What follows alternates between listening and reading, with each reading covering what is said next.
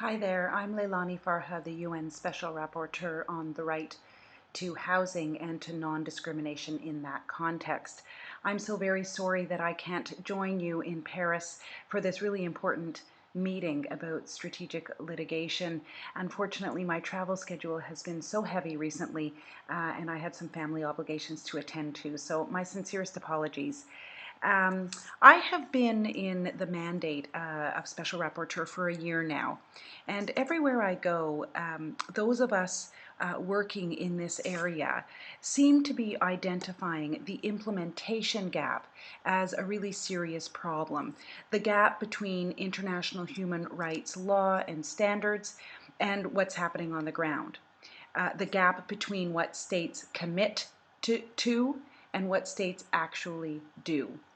And I'll be honest to say, I'm very concerned that we're not making enough gains to offset the losses, to offset the human insecurity of inadequate housing and homelessness.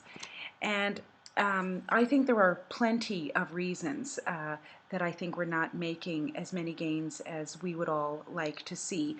And I'm not going to list them here for fear that that list will create this huge pile, a massive pile that we won't be able to crawl out from under.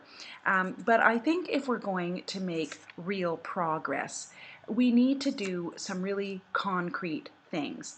I think, first of all, we need to decide we're going to do this, and we're going to do this in a big way.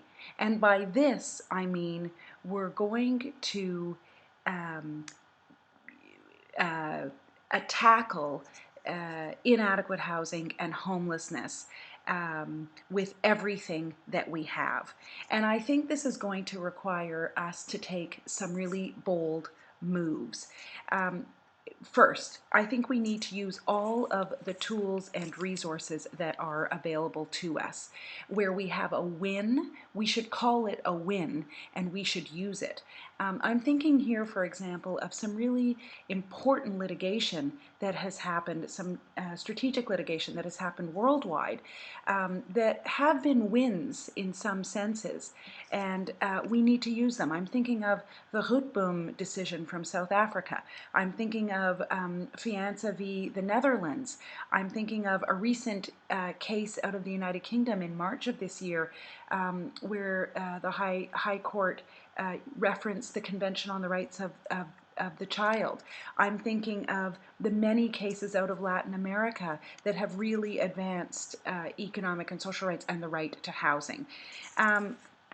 And I'm even thinking of cases out of the regional system, cases linking the right to life with the right to an adequate standard of living.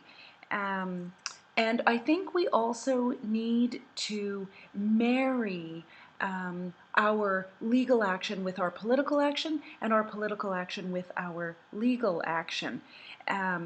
In other words, our legal action should have sort of political tentacles, and our political action should be based in human rights law and human rights principles.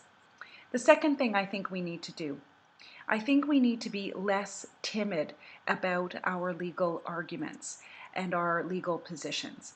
At least in my opinion, in the international scene with respect to the right to adequate housing, I feel like there has been so much attention on the issue of forced evictions. Forced evictions is a huge issue. It's an important issue, and I'm by no means suggesting that we don't pay attention to forced evictions.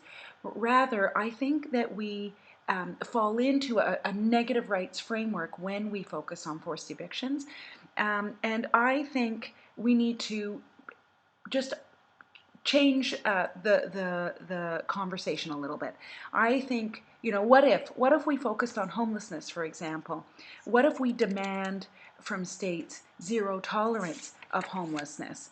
What if we say to states, sorry, but yes, states do have obligations that require them to take positive steps. They do have positive obligations. What if we're bold about that and honest about that? In the SDGs, the Sustainable Development Goals, there's a demand, goal number one maybe, is the eradication of extreme poverty by 2030. Well, why aren't we demanding the same thing with respect to homelessness? Um, so, an idea.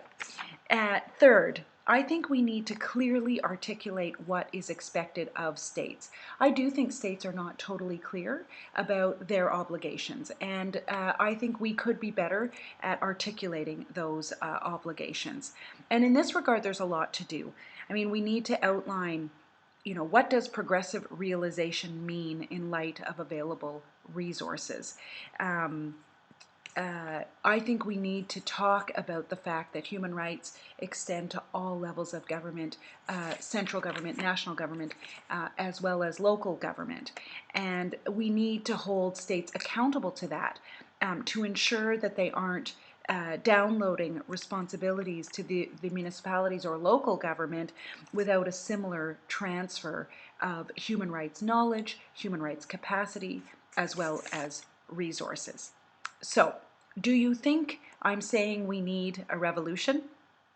Maybe.